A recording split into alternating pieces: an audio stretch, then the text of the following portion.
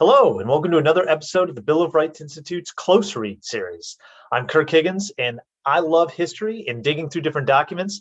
And today we're going to continue that journey. So we're going to take a look at the Constitution of the United States. I'm excited you're here.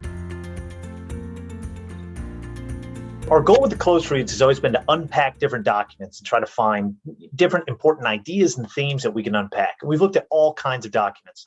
But for the last few rounds, I've been trying to break down sort of big works from American history, big works from sort of the American understanding of government, and trying to do it really quickly. And so today I've picked out a big task for myself. I'm going to try to get through the Constitution in under 10 minutes. So I hope it's helpful. I hope it's interesting. I will say that in going through it this quickly, we're only looking at the big high level stuff. So if you've ever wondered why the Constitution is structured the way it is, where big things are, if you're looking for a good summary video of just what's in the thing, this video is for you. If you're looking for more details about different controversies that have come up, or more about how enslavement is treated in the Constitution, or how it is that we've developed and built new states and territories and how all those kinds of things have happened, I'm not going to be able to go into a lot of that in this video, but we've got lots of different resources that you can explore that more down in the description. So if you go down there, I think you'll be able to find everything you're looking for.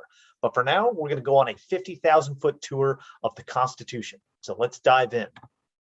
So as I mentioned, I'm going to try to go for two different big questions here today. One, how is the Constitution structured? So what are the different articles? What are the articles about? And why are they positioned the way that they are? And I'm hoping that by looking at that, we can begin to understand what's going on with this document. Why is it created this way? What kind of government is it trying to create? And where is it that some of these principles that we talk about all the time emerge from? Whether it's separation of powers or whether it's federalism, how do these things actually find themselves in the Constitution? Where do we actually see them? And I'm hoping that we can do that and maybe pick out some fun and interesting things along the way. First, I'm going to start with some historical context. So as I'm sure many of you know, the Constitution was put in place to replace the Articles of Confederation. So the Articles was sort of our first Constitution. It was ratified in 1781 in the middle of the American Revolution, and it got us through the Revolution. But after the Revolution, it wasn't working the way that we thought we needed it to. And so the delegates got together in Philadelphia from May to September of 1787 to rewrite and revise the Constitution. Now, there's a lot more history to that, but for now, we're just going to leave it there. If you're interested in digging in, I promise you it's worth the story. But what they did during that hot summer was to come up with a new Constitution that they thought would better join together the states in a more effective union that would help iron out some of the challenges that they were having for the Articles of Confederation. Showing up there were 55 delegates from 12 of the states. Rhode Island did not send a delegate, and 39 of them were around at the end to sign the actual document. Many left for different reasons. There's actually more people at the convention, 3 of whom chose not to sign it, but 39 did put their names to it, and they sent it out to the states for what's called ratification, or the actual legal signing and voting on and debating of the new Constitution. So that finally happened. The requisite number of states ratified the Constitution in June of 1788. But the final state, Rhode Island, our friend who I mentioned earlier, didn't ratify the Constitution until 1790. So that's pretty interesting.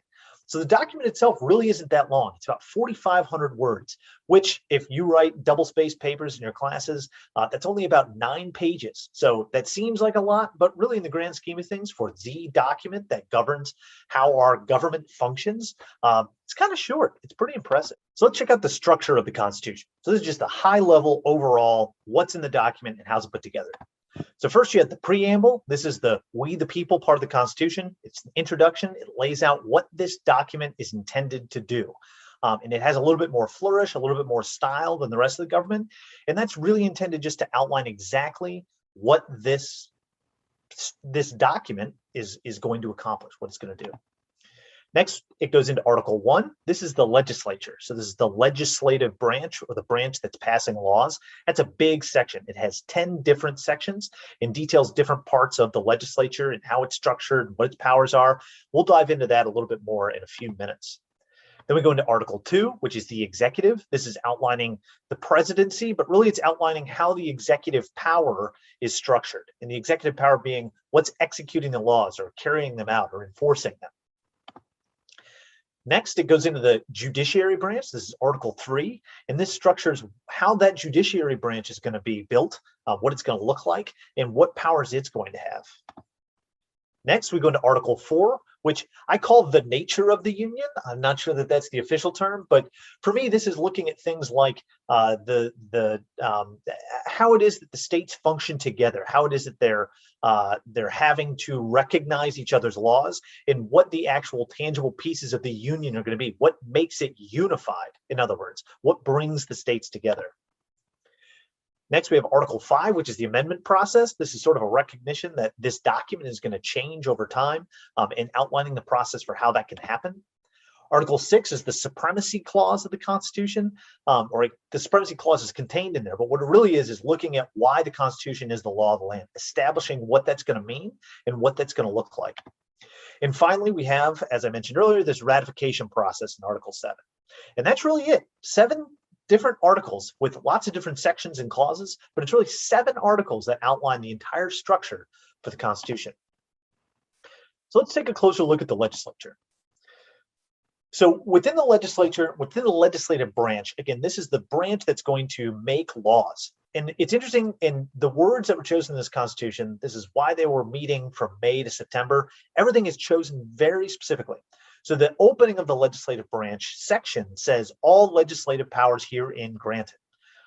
This means that we, the people, as the Constitution started out, are granting to this body of individuals these legislative powers. In other words, they're going to be able to make laws over the powers that are included and outlined within this document. Now, that's grown and changed and expanded over time. And again, that's another one of those stories we're not going to go into today, but we do have lots of resources, like I mentioned, down in the description. So if you want to learn more about the legislative branch and how Congress has changed and evolved over time, take a look. I think you'll find it really interesting. But within this article, they go into the different qualifications. So who is it that can, or what qualifications do you need before you can become a member of this body? What's going to be its structure? So as many of you probably know, the structure is a bicameral one. So it's got 2 houses. We have a House and a Senate. Those are structured differently insofar as how they're elected, the number of representatives that are represented from the states in each. And then they each have different responsibilities. So whether it's raising revenue and those bills coming out of the House, or it's dealing with foreign policy and things like that being in the Senate, those things are all delineated within this article in the Constitution. It also details out how elections are going to work. And really here, it turns to the states and says that states are going to determine how it is that these individuals are elected. The number for each house is outlined in the Constitution, but how they're elected, so specifically how the functioning and the timing of elections is going to happen, is to the states. And this is a part of something we call federalism. So it's how it's dividing between this large federal government, our national government, and then the individual states governments. Also dealt within here are the powers. So the powers, and this is the big clause in Article 1, is Article 1, Section 8. And that actually details out what these powers are. And it begins with Congress shall have power to, and then delineates out all kinds of different powers, whether it's taxation or whether it's postal roads. All of those things are detailed in that Article 1, Section 8. But it goes on to have a few other different sections, 10 in total, as I mentioned. Those other sections are dealing with things like what powers are reserved to the states and what things can Congress not touch or not pass laws over. This obviously gets expanded later in the Bill of Rights, where there's explicit things that Congress cannot make laws that it interferes with. The history of the Bill of Rights, and us being from the Bill of Rights Institute, I promise you we have lots of things to say about it, is complex and changes over time. But really, this inside of Article 1 is where some of these first restrictions on what Congress can do are outlined, even before the Bill of Rights was passed after ratification. Next, we'll take a little bit closer look at the executive. So the executive branch begins, so remember earlier we said that Congress shall have the power to. Here, the executive power shall be vested in. So there's an interesting change in phrase there. In that vesting of the executive power is not that we are delegating out power that is now going to be legislated, but that the power of executing those things shall be vested in this structure. And so what's outlined is a unitary or singular executive. So we have one person that is the President of the United States. And then from there, it outlines the mode of elections. This is where the Electoral College is found. This is something that is in the news a lot every 4 years. It's how we elect the President of the United States. It also talks about the qualifications and the structure of the office. One interesting thing there, and I always think this is a fascinating thing to point out. The president must take an oath of office in order to come into the office. That oath is to protect and defend the Constitution of the United States. So the president takes an oath to protect not the country of the United States, or not the government in some abstract sense, but the oath is specifically to this document and to protect what powers it outlines and what controls it has. And that's the oath to which the president is swearing allegiance, which I think is pretty interesting if you think about it. And finally, this article also outlines that the president must go and talk to Congress every once in a while, must give them an update on how things are going in the country. And this is interesting. So this is when we see the State of the Union. That's what it's become known now. But that really shows and represents how the president is responsible to Congress, not to anybody else, but to Congress specifically. So again, here we're seeing some of those checks and balances. Next, we'll take a quick look at the judiciary branch. So the judiciary is interesting because it is a shorter one, and it basically outlines the structure of it. It says there's going to be a Supreme Court, but then it kind of says everything else is TBD.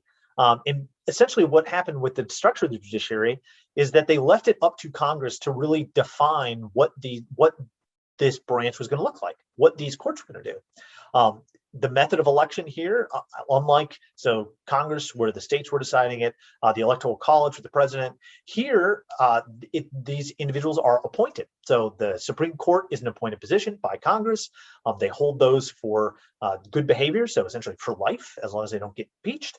And that, again, is another check and balance that we've talked about, that is separating the judiciary from popular will, or from the desires of the people, hopefully to create some kind of neutral distance. At least that was the theory.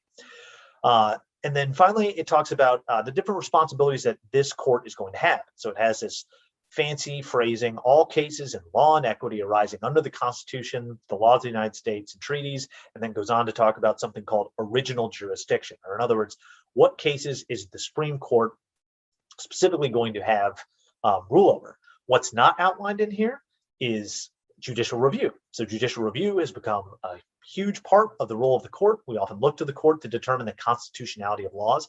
That was not established in the Constitution. It's not established until later in a case called Marbury v. Madison, where that is actually set as precedent and becomes sort of the tradition that we look to for the establishment of judicial review. But it's not outlined here, although many, including Alexander Hamilton, who wrote about this in the Federalist Papers, kind of thought that's the direction the judiciary would go.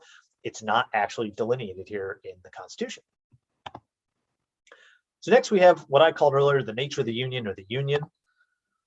And this is a bunch of different clauses within Article 4 that talk about how things are going to work. So we have full faith and credit, meaning that everybody that the laws in one state are going to be recognized by people in another state. Privileges and immunities, same here. You know, that things that you are, if you are a citizen in the state of Wyoming, let's say, although Wyoming didn't exist at the time, you're also a citizen in the state of Montana, another state that didn't exist at the time. But the point being that altogether, this forms the Union. These are how these states are going to interact. Before the Civil War, this article and these different sections, particularly Privileges and Immunities Clause, had a lot of controversies around it. After the Civil War, hasn't been so much. The nature of the Union changed a bit, but it's still significant that this is how these states come together and how we function and where that union is actually established. It also talks about bringing in new states and territories, how that process is going to work, and this guarantee of Republican government, that the states will have this Republican government. But it still is reserving, and this was touched on in Article 1, there's a lot of powers that the states have that the national government does not have. And so the division between those two things, again, is federalism. There's a lot to that concept, but this is sort of, again, how this is manifesting itself within the Constitution. And finally, we have these last three articles that I'm just going to breeze through really quickly. Article 5 being this amendment process. So again, how is it we're going to make changes to the Constitution if changes need to be made? We have in Article 6, supremacy, the supremacy clause is there. There's a few other things contained within it, but the idea is that the Constitution is the law of the land. So if things violate that Constitution, this is where some of the judicial review ideas come from. But if something violates the Constitution, whether it's a state law or it's a federal law, it can't do that. The Constitution is it, so everything gets judged against it. And then finally, we have the ratification process. So how is it we're going to take this from just being a document that was drafted by these 55 individuals and signed by 39 of them and make it a document that's going to be governing over everyone within the country? And that's outlined in Article 7 in the ratification process. All right, so that was a lot. So we talked about that structure. So we talked about how it's delineated. We looked at the three branches of government: the legislature, the judicial, the executive. We looked at how those things are sort of intervening. And together you can see that the Constitution is structured with these specific designated powers. So there's different spheres of responsibility, and those things overlap a bit. And that's all sort of dissected out in these different articles in the Constitution. So really Articles 1, 2, and 3, and then 4, 5, 6, 7, you have sort of the operation of the Union, and then how it is that those things are going to function together, what the Constitution really means, and how we can change it if we decide that something needs to be amended or changed or what have you. And I think, so our second question was, how can knowing this help us understand the government? I think it helps us really to conceptualize what it means to have a constitution, which means clearly outlined powers that can be looked to, that we can, as the people, can hold the government accountable to, and then we can have debates over whether or not we think things are functioning properly or whether or not things can get changed. And I think that's part of the amazing thing about our Constitution that has lasted for as long as it has, since 1787, is this idea that it can be structured, and that as we debate and we discuss and we have conversations in the public sphere, we can work to make it function better for the nation and work to more fully realize the ends of Republican government towards which the document was created. So I wasn't quite under 10 minutes, but I think we covered a lot of ground. If you ever have any questions, please do submit them to us. We're on Facebook and Instagram and Twitter. We love to hear your comments. And again, as I said, I know I only barely scratched the surface of the Constitution in doing this sort of breeze through. So do check out the other resources that we have down in the description, or check out the Bill of Rights Institute's website for all kinds of different lessons and essays and studies and different pieces from American history that can really help you dive into the complexities that emerge from the document. This is really a starting point, but I think it's an interesting one sometimes to take this big step back and then take a look at what's in front of us. So thank you all for joining. I'll look forward to seeing you in the next one.